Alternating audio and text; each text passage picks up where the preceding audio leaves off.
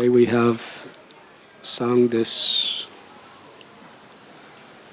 most beautiful prayer by Srila Bhaktivinoda Thakur. In the land of Nadia, on the island of Godrum, the magnanimous Lord Nityananda has opened up the marketplace of the holy name, meant for the deliverance of all fallen souls. O men of faith, O men of faith, by the order of Lord Gauranga, O brothers, I beg this one request: chant Krishna, worship Krishna, and follow Krishna's instructions. Being careful to remain free of offenses, just take the holy name of Krishna. Krishna is your mother, Krishna is your father, and Krishna is the treasure of your life. Giving up all improper behavior, carry on your worldly duties only in relation to Krishna. The showing of compassion to all fallen souls while loudly chanting the holy name of Krishna is the essence of all forms of religion.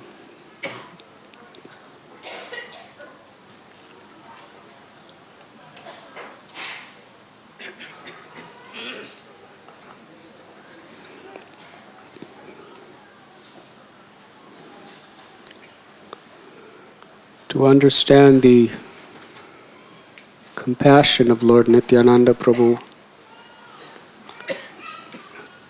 nobody could hear because the sound is not loud enough. Hare Krishna.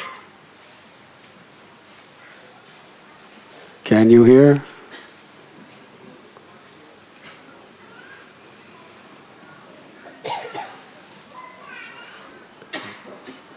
We haven't used this temple hall for so long that he has forgot how to use the sound system. You can still hear?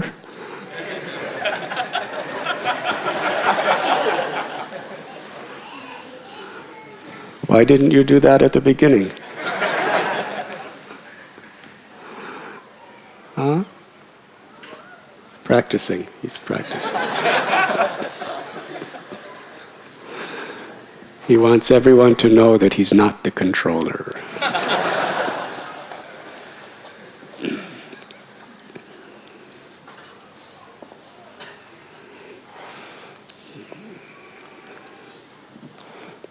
In Sri Navadvip, Lord Chaitanya gave Lord Nityananda these instructions.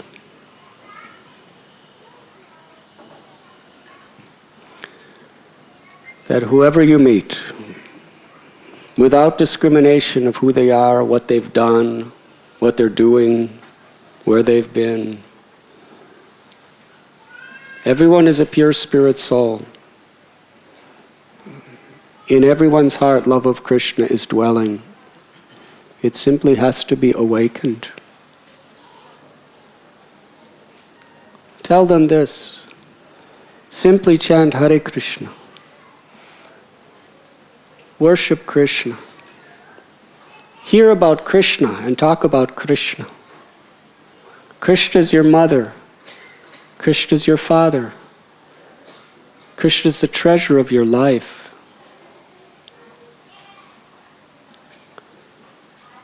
If one simply takes these simple instructions to heart, they will achieve perfection. Whether they're great Vedic scholars or simple street sweepers, whether they are pious, magnanimous givers of charity, or whether they are criminals who have simply exploited and caused harm to others, whether they're rich or they're poor, whether they're of any caste or any nationality or any race. This is the sure method of awakening Krishna's love. To simply have faith that Krishna is my mother, Krishna is my father, Krishna is my real wealth, Krishna is a treasure of my life, my very life and soul. To simply convince people of this, and then to chant the names of Krishna, to worship Krishna, and to speak about Krishna. Lord Nityananda Prabhu, Haridas Thakur, and many of the other associates of Lord Chaitanya took this message as their life and soul.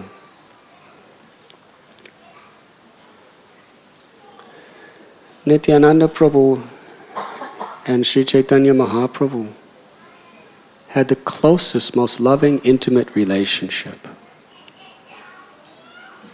We know Brajendra Nandana Jai, Sachi Shuta Hoilo Se, Balaram Hoilo Nitai, that Lord Krishna, the son of Nanda, appeared as Lord Chaitanya, and Balaram appeared as Lord Nityananda. Inseparable brothers. Nityananda Prabhu, after appearing in Ekachakra, understood his mission. It was to help Lord Chaitanya promote this Nam Sankirtan movement. When he was only 12 years old, he arranged a sannyasi to take him away from his mother, his father, all of his loving family and friends, and go on pilgrimage. He went on this pilgrimage about 20 years. All the while, from the moment of his birth, he was simply living in separation of Krishna or Lord Chaitanya. He would not even preach to anyone until he received the order from Lord Chaitanya to do so. And when he understood the Lord was calling for him from within his heart, he had just returned from Gaya. He began preaching Krishna Prema through Krishna Nam. Lord Nityananda Prabhu immediately, he left Vrindavan. At the time he was living at Shringarbat on the bank of Yamuna in Sri Vrindavan Dham, playing in the waters of Yamuna River with the cowherd boys and the cows, completely absorbed in his Leela of Lord Balaram. But as soon as he understood that Lord Chaitanya was waiting for him, he left Vrindavan, went to Navadvip. He met the Lord at the house of Nandanacharya, and from that day became constant associates. They were inseparable. So inseparable was Lord Nityananda and Lord Chaitanya that Sachi Mata considered both of them her own sons.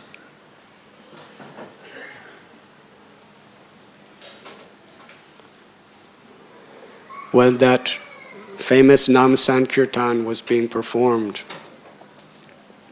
in procession to the house of Chand Kazi, Lord Chaitanya Mahaprabhu divided his closest associates. Advaita Acharya was dancing in one party of Kirtan.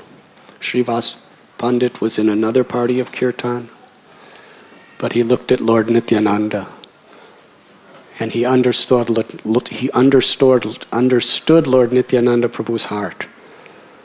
Even if the Kirtan is just ahead or behind, he could not survive being separated from Lord Chaitanya.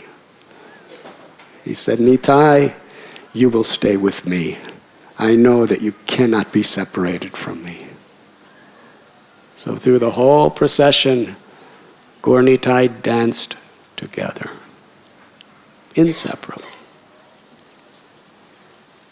When Sri Chaitanya Mahaprabhu was to take sannyas, first person he told was Nityananda Prabhu. And it was Nityananda Prabhu with just 4 others that went with Lord Chaitanya, because the Lord understood Nityananda Prabhu will not survive separate from me.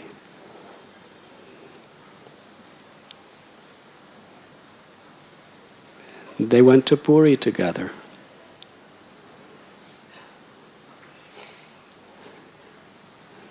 When Lord Chaitanya decided to go on his South Indian tour, Nityananda Prabhu was the first to volunteer. I will go with you. I will be your servant. Lord Chaitanya said, how can I take you? I need a servant, someone who will obey me. I asked you to hold my danda while I bathed. I went to see Kapoteshwar Mahadev. I was going to bathe in the Mahanadi river, and you broke my danda in 3 pieces and threw it in the river. What kind of servant is this? This was Nityananda Prabhu's love. He understood that Lord Chaitanya is the Supreme Personality of Godhead. What does he have to utilize these Varnashram principles to get respect as a sannyasi? Does the Lord need to take sannyas to get respect? And besides that, he took Ekadanda sannyas, just so that people would recognize him, which is the line that believes that God and the living entity are one in the liberated state. But a Vaishnava believes that the living entity is always the servant of the Lord and serves with body, mind, and soul, therefore carries 3 dandas, so he broke the danda in 3, made it Vaishnava danda. But knowing the Lord would not be happy, he put it in the river. Hare Krishna. And Paramhamsa is beyond sannyas. The Lord is beyond. What to speak of Nityananda? Why is the Lord renouncing the goddess of fortune, Vishnu Priya? Why has the Lord renounced Sachi Devi, his beloved mother, Yashoda? He didn't like this sannyas. It was an expression of his ecstatic love. And the Lord knew this and was very happy within his heart. But still, to show the world that people must live by their particular varnas and ashrams carefully, seeking the essence of pure love, he chastised Nityananda. I will not go with you. So Nityananda Prabhu for 2 years remained in Puri, daily waiting for Lord Chaitanya's return. He followed him up to Alalanath. There Sri Chaitanya Mahaprabhu performed Nam Sankirtan, and thousands and thousands of people from all the local villages came and danced and chanted, and the Lord gave them all ecstatic love. Nityananda Prabhu was so happy. It was at that time that he prophesied. Seeing Lord Chaitanya's effect on the masses through this Nam Kirtan, he proclaimed, in every town and village, my Lord, your name will be chanted.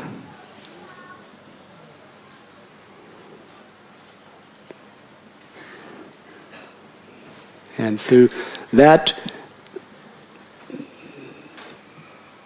compassionate vision of Lord Nityananda Prabhu was carefully preserved through parampara and under the order of Srila Bhakti Siddhanta Saraswati Thakur, A.C. Bhaktivedanta Swami Prabhupada was dispatched from the land of Vrindavan to fulfill that prophecy by bringing the chanting of Krishna's holy names to all the continents on earth. In that spirit of Lord Nityananda Prabhu and Lord Chaitanya, Srila Prabhupada had faith that everyone has love of God within their hearts. Nitya Siddha Krishna Prema Sadhya Kabunoi Sravanadi Sudhijete Koriyayudoi. It wasn't just a verse that he memorized. It was his realization, his conviction, his complete faith that Krishna Prema is within the heart of every living being because it is the nature of the soul. And simply by chanting Krishna's names and associating with Krishna's devotees, this prema or love is awakened. With that faith in the holy name and the order of his guru, Prabhupada traveled around the world 13 times, beginning with nothing and no one, and was the instrument of the Lord to fulfill that prophecy.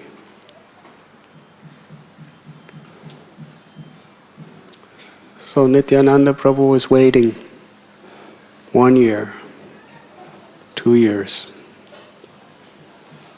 Chaitanya Mahaprabhu himself expresses the nature of love and separation.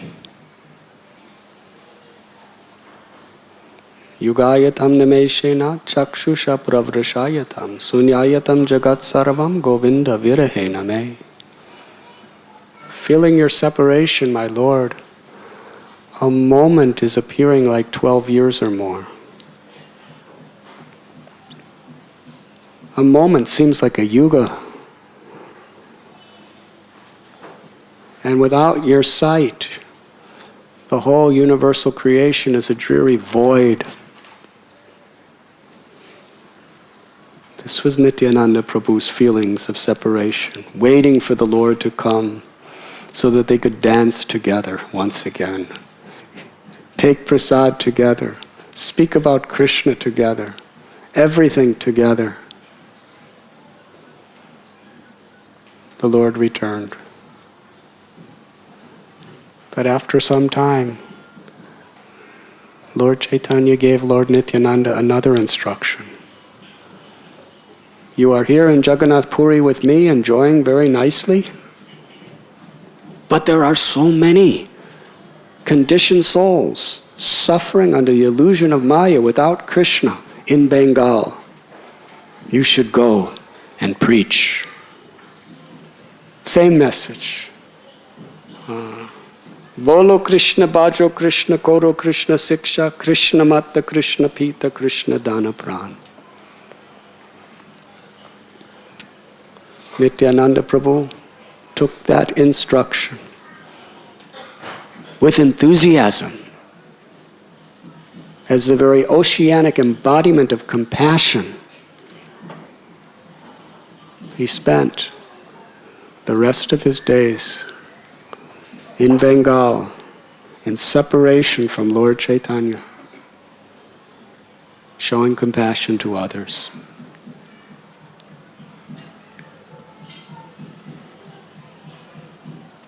Srila Prabhupada writes that the greatest service one can perform for the pleasure of the Lord is to show compassion to others. But to actually do that is a great sacrifice. Service is selfless. Lord Nityananda Prabhu left Puri, left Lord Chaitanya, left all those wonderful associates of Swarup Damodar Goswami, Ramananda Rai,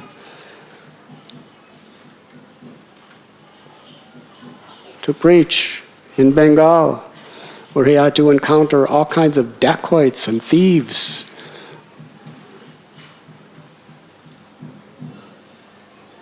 Similarly, Srila Prabhupada, he was given that order. And he left Vrindavan.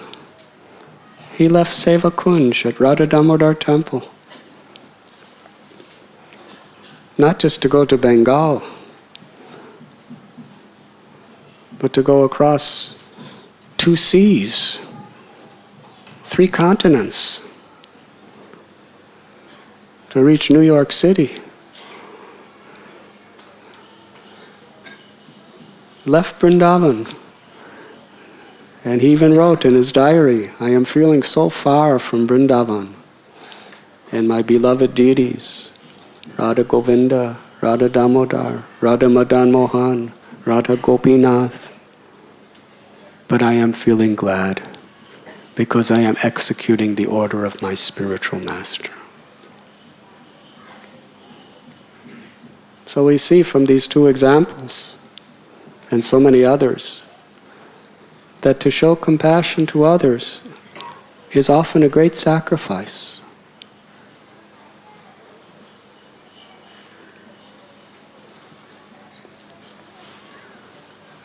Krishna's Leela is Madhurya, and Lord Chaitanya's is Audarya Leela.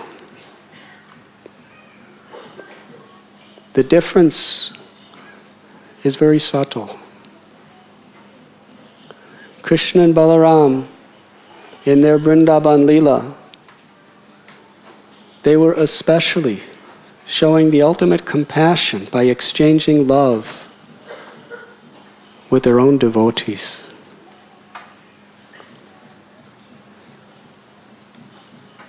And through their pastimes, for all time to come, to attract the conditioned souls' hearts back into their loving service.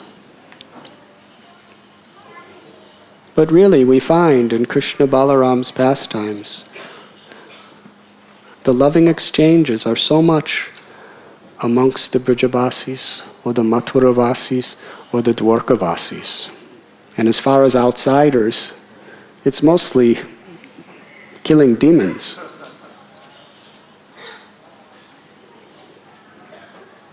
But Lord Chaitanya, Lord Nityananda, they broke open the seal of love of God.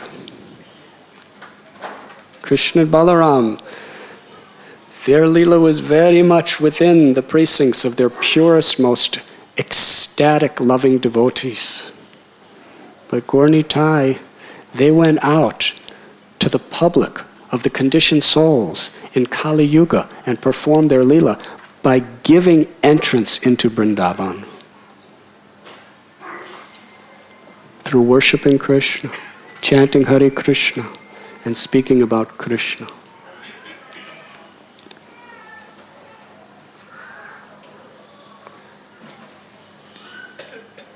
An example of Lord Balaram's compassion.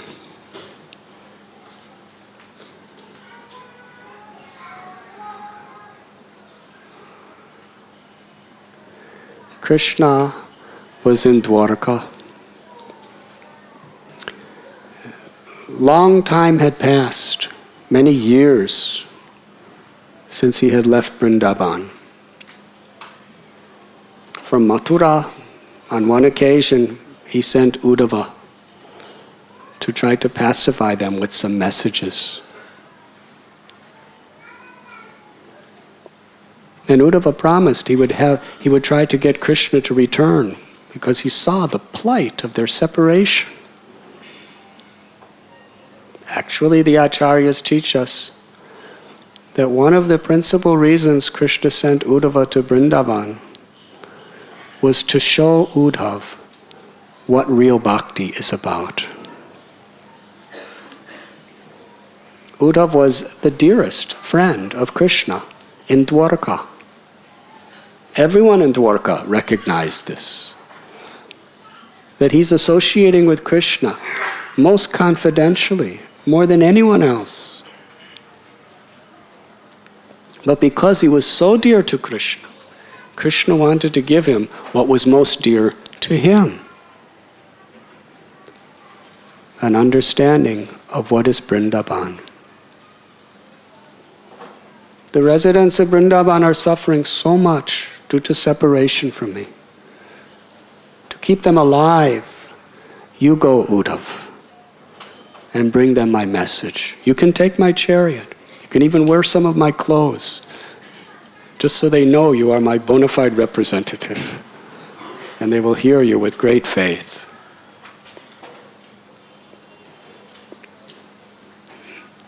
Uddhav thought he was going on a mission of compassion.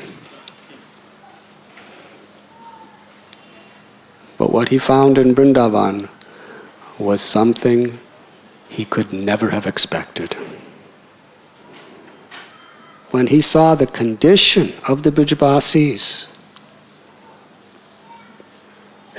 since Krishna left, practically none of them, they couldn't eat, they couldn't bathe, they couldn't perform their duties. They simply cried, absorbed in Krishna. What a state of samadhi.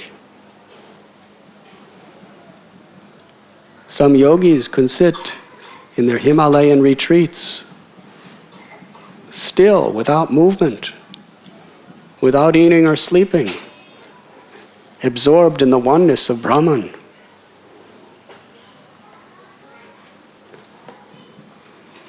But that is not even a drop from the ocean of absorption as the residents of Vrindavan, who were absorbed in Krishna. There was not even a moment in their lives in all these years that their mind could possibly be diverted for a second from remembering Krishna with love.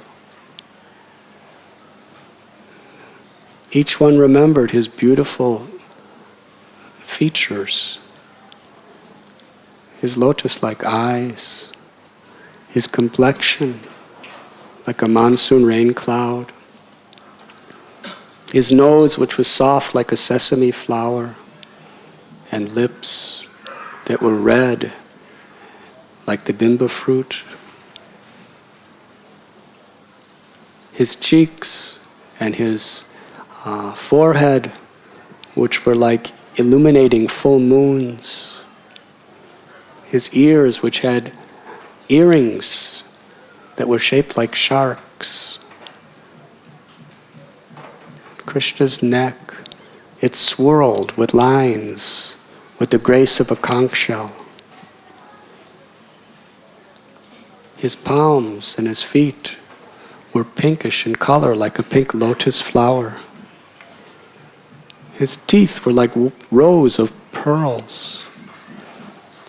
His eyebrows were like bows, and his glances were like arrows that pierced the hearts of all of his devotees. His hair, shining black, as it curled around his beautiful, beautiful moon-like face.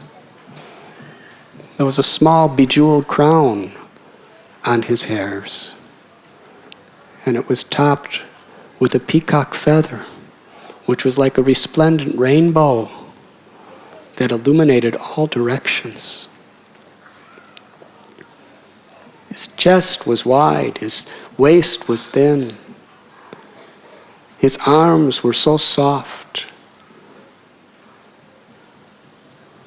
And whoever they embraced, they melted around that devotee and melted their hearts.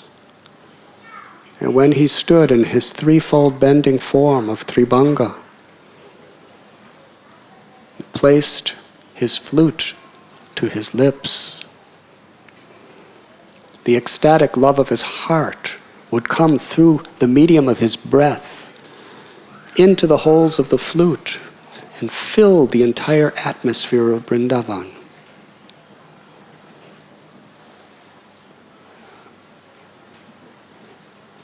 That song of the flute would enter through the ears and capture the hearts of all of his devotees. The gopis would abandon everything on the call of his flute. The cowherd boys would be thrilled with playful excitement at the song of his flute. The river Yamuna, which was flowing downstream, would come and start flowing upstream to where Krishna was standing, bringing lotus flowers to offer at his lotus feet. The calves who were suckling the milk from their mothers could no longer even drink. They would just be paralyzed. The only movement was tears pouring from their eyes. His name is Hari, which means he steals. And his stealing is at its culmination when he plays his flute and steals the hearts of all of his devotees.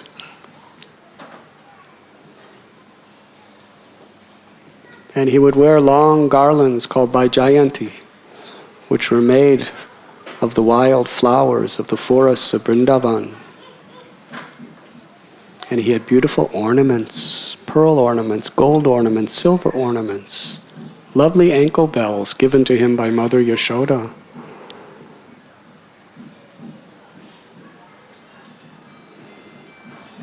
The gopis and the gopas, 24 hours a day, they were seeing that form. They were hearing his flute.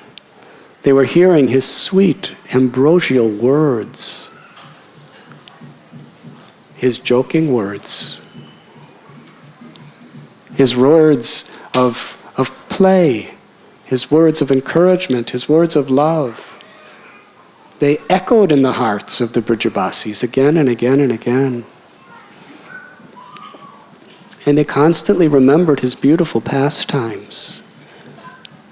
His pastimes of killing all of the demons. Some of them they witnessed with their own eyes. Some of them they heard from others. But they were ever being reenacted within their hearts. This is samadhi. They didn't need a television set to watch the Krishna cartoon series. They didn't need to go to cinema house. They didn't need anything. It was all happening live in their hearts. It wasn't just a replay.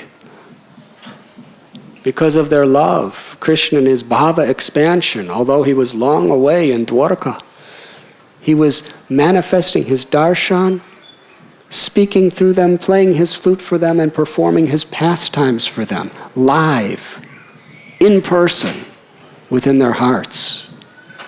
And they were seeing that, tasting it, smelling it, hearing it, feeling it, with all of their spiritual senses. That is samadhi. The perfection of samadhi. Samadhi siddhir ishvara pranidanat. The great yogi Patanjali, he has taught the world and all of his students that the perfection of samadhi is to be absorbed in surrender to Ishvara, to the Supreme Lord. Yoginam api sarvesham madgatena antaratmana shadavam bhajatesam. Krishna tells in Gita, the conclusion of the chapter describing Astanga Yoga, that of all yogis, one who is absorbed in me with faith and devotion is most intimately united with me in yoga and is the highest of all. This is the residents of Vrindavan. They're absorbed in Krishna. But by Krishna's own will, to increase the experience of their love to the highest states where they cannot forget him ever. The Brijabasis couldn't sleep, they were so absorbed in Krishna. And if they did sleep, they only dreamed of Krishna. Day and night. How did they live for so many years, sometimes without even eating or sleeping? Just nourished by Krishna, by the feelings of separation. Because in that mood of separation, although it appears to be the most blazing fire of pain, it's actually the deepest ocean of ecstasy.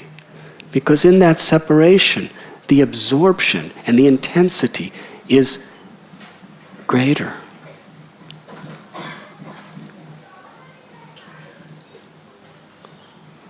Lord Chaitanya taught that Krishna loved the residents of Vrindavan supremely, because they loved him supremely. Would he ever make them suffer? But why they had to suffer so many years weeping? Krishnadas Kaviraj Goswami tells that the moment Krishna left with Akrura for Mathura, the gopis cried for the rest of their lives. But in that apparent pain, there was the highest pleasure, because there was the deepest absorption. And Krishna accepts our hearts. The Brijabasis were offering the greatest extent of their love in their separation from Krishna, and Krishna knew all they wanted is unconditionally to offer their love. Krishna was actually satisfying all their desires.